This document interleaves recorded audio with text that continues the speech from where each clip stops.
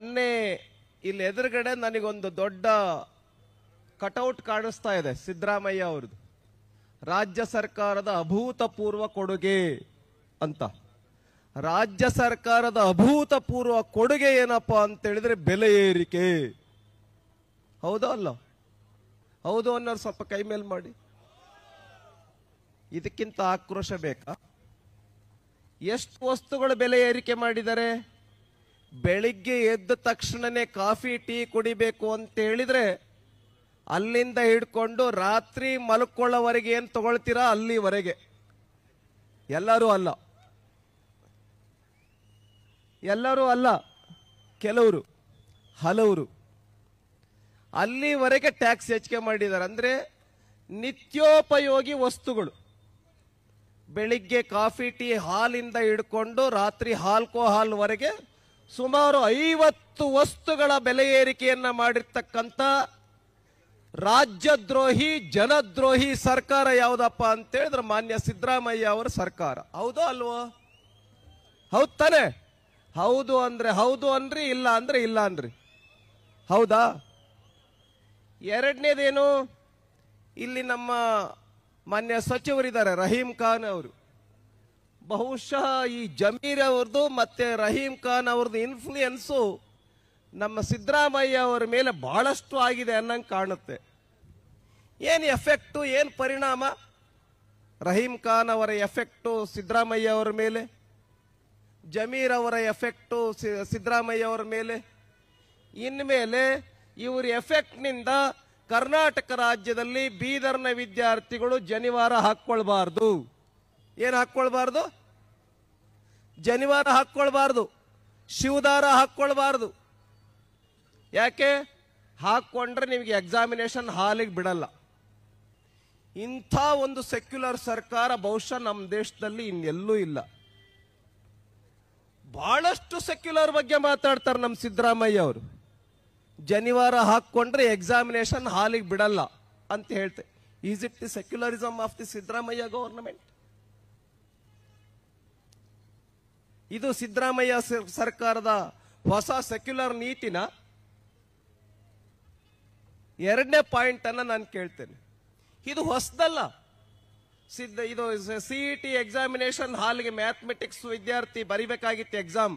ಆ ವಿದ್ಯಾರ್ಥಿಗೆ ಎಕ್ಸಾಮ್ ತಪ್ಪಾಗಿದೆ, ನಾನು ಆಗ್ರಹ ಪಡಿಸ್ತೇನೆ. ಆ ವಿದ್ಯಾರ್ಥಿಗೆ ಒಂದು ಎಕ್ಸಾಮ್ ಕಂಡಕ್ಟ್ ಮಾಡಬೇಕು ಅಂತ ನಾನು ಆಗ್ರಹ ಪಡಿಸ್ತೇನೆ. ತೀರ್ಥಹಳ್ಳಿಯ ವಿದ್ಯಾರ್ಥಿಗೂ ಎಕ್ಸಾಮ್ ಕಂಡಕ್ಟ್ ಮಾಡಬೇಕು ಅಂತ ನಾನು ಇದು ಮಾಡ್ತೇನೆ. ಸುಮ್ಮನೆ ಅಲ್ಲ. ಎರಡನೇ ಪಾಯಿಂಟ್, ಮೊನ್ನೆ ದಿವಸ ಏನು ಕೆಲವು ಶಂಕುಸ್ಥಾಪನೆ ಉದ್ಘಾಟನೆ ಕಾರ್ಯಕ್ರಮಗಳನ್ನ ಮಾಡಿದ್ದಾರೆ. ಅದು ಯಾರ್ದಪ್ಪ ದುಡ್ಡು ಅಂತ ಹೇಳಿದ್ರೆ, ನಮ್ಮ ಸರ್ಕಾರ ಇದ್ದಂತ ಸಂದರ್ಭದಲ್ಲಿ ದುಡ್ಡೇನಿತ್ತು ಅದರದ್ದೇ ಕೆಲಸವನ್ನ ಮಾಡ್ತಾ ಇದ್ದಾರೆ.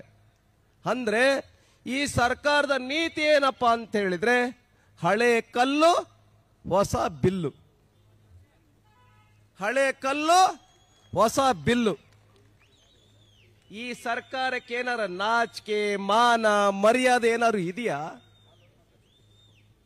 ಕಾಂಟ್ರಾಕ್ಟರ್ಗಳು ಆತ್ಮಹತ್ಯೆ ಮಾಡ್ಕೊಳ್ತೀವಿ ಅಂತ ಹೇಳ್ತಾ ಇದ್ದಾರೆ. ನಮಗೆ ಹೇಳಿದ್ರಿ ಕೆಂಪಣ್ಣ ಅವರು ಪ್ರಧಾನಮಂತ್ರಿಗಳಿಗೆ ಪತ್ರ ಬರೆದು ಬಿಟ್ಟಿದ್ದಾರೆ. ಬೊಮ್ಮಾಯಿ ಅವರೇ ರಾಜೀನಾಮೆ ಕೊಡಿ, ಪೇ ಸಿಎಂ. ನಿಮ್ದು ಯಾವ ಸಿಎಂ? ನಿಮ್ದು ಯಾವ ಸಿಎಂ? ಲೂಟ್ ಸಿಎಂ ಸಿದ್ದರಾಮಯ್ಯ ಅವರೇ?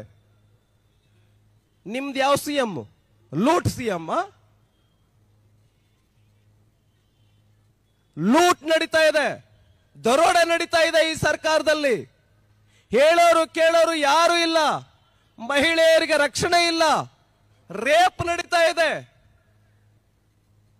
Karnataka has become rape state now. Karnataka rape state ಆಗಿದೆ. ಉತ್ತರ ಕೊಡಬೇಕು ಮಾನ್ಯ ಸಿದ್ದರಾಮಯ್ಯ ಅವರು.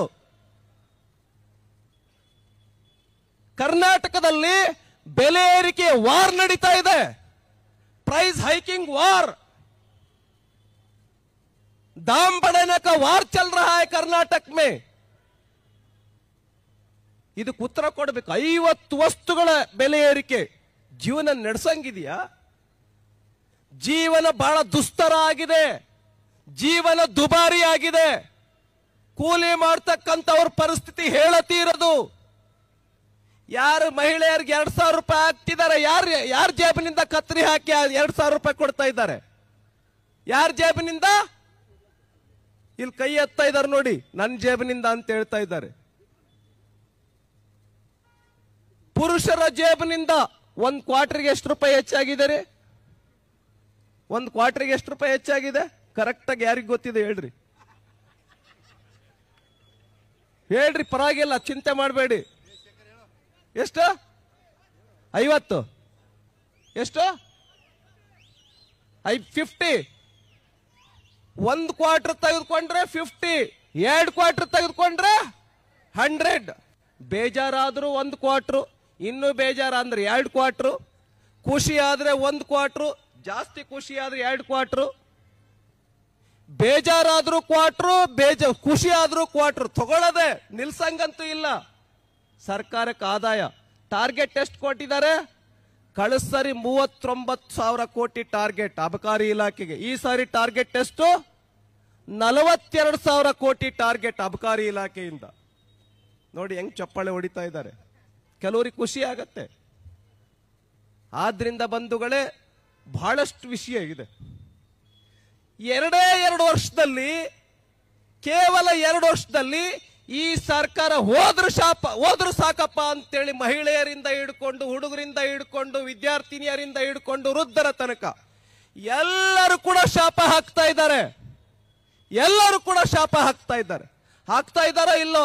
ಈ ಸರ್ಕಾರ ಇರಬಾರ್ದು, ಹೋಗ್ಬೇಕು ಅನ್ನೋಂಥವ್ರು ಸ್ವಲ್ಪ ಕೈ ಮೇಲ್ ಮಾಡಿ. ಸ್ವಲ್ಪ ಯಾರು ಎತ್ತ ಇಲ್ಲ ನೋಡ್ತಾ ಇದ್ದೀನಿ. ಬಹುಶಃ ಅವ್ರು ಏನೋ ರಿಸರ್ಚ್ ಮಾಡ್ತಿರ್ಬೋದು ಅಂದ್ಕೊಳ್ತಾ ಇದ್ದೀನಿ. ಇಲ್ಲಿ ಪ್ರಭು ಚವ್ಹಾಣ್ ಎತ್ತಾ ಇದ್ದಾರೆ. ಓಕೆ, ಎರಡೆರಡು ಕೈ ಎತ್ತಾ ಇದ್ದಾರೆ. ಕೆಲವರು ಕೈ ಎತ್ತದೇ ಇದ್ರೆ ನಾನು ಏನ್ ನಡ್ಕೊಂಡಿದ್ದೀನಿ ಅಂದ್ರೆ ಸಾಯಂಕಾಲ ಆಗಿದೆ ಅದಕ್ಕೆ ಕೈ ಎತ್ತಾ ಇಲ್ಲ ಅಂತ ತಿಳ್ಕೊಳ್ತೀನಿ. ಸಾಯಂಕಾಲ ಆಗಿದೆ ಅದಕ್ಕೆ ಕೈ ಎತ್ತಾ ಇಲ್ಲ.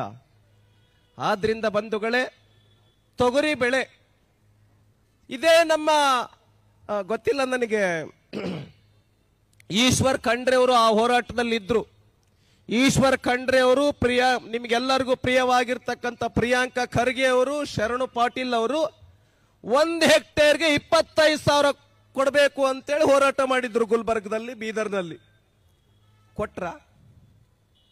ನಮ್ಮ ಸರ್ಕಾರ ಇದ್ದಾಗ 1 ಹೆಕ್ಟೇರ್ಗೆ 25,000 ಕೊಡಬೇಕು ಅಂತ ಹೋರಾಟ ಮಾಡಿದ್ರಿ ಬೊಮ್ಮಾಯಿ ಸರ್ಕಾರದಲ್ಲಿ.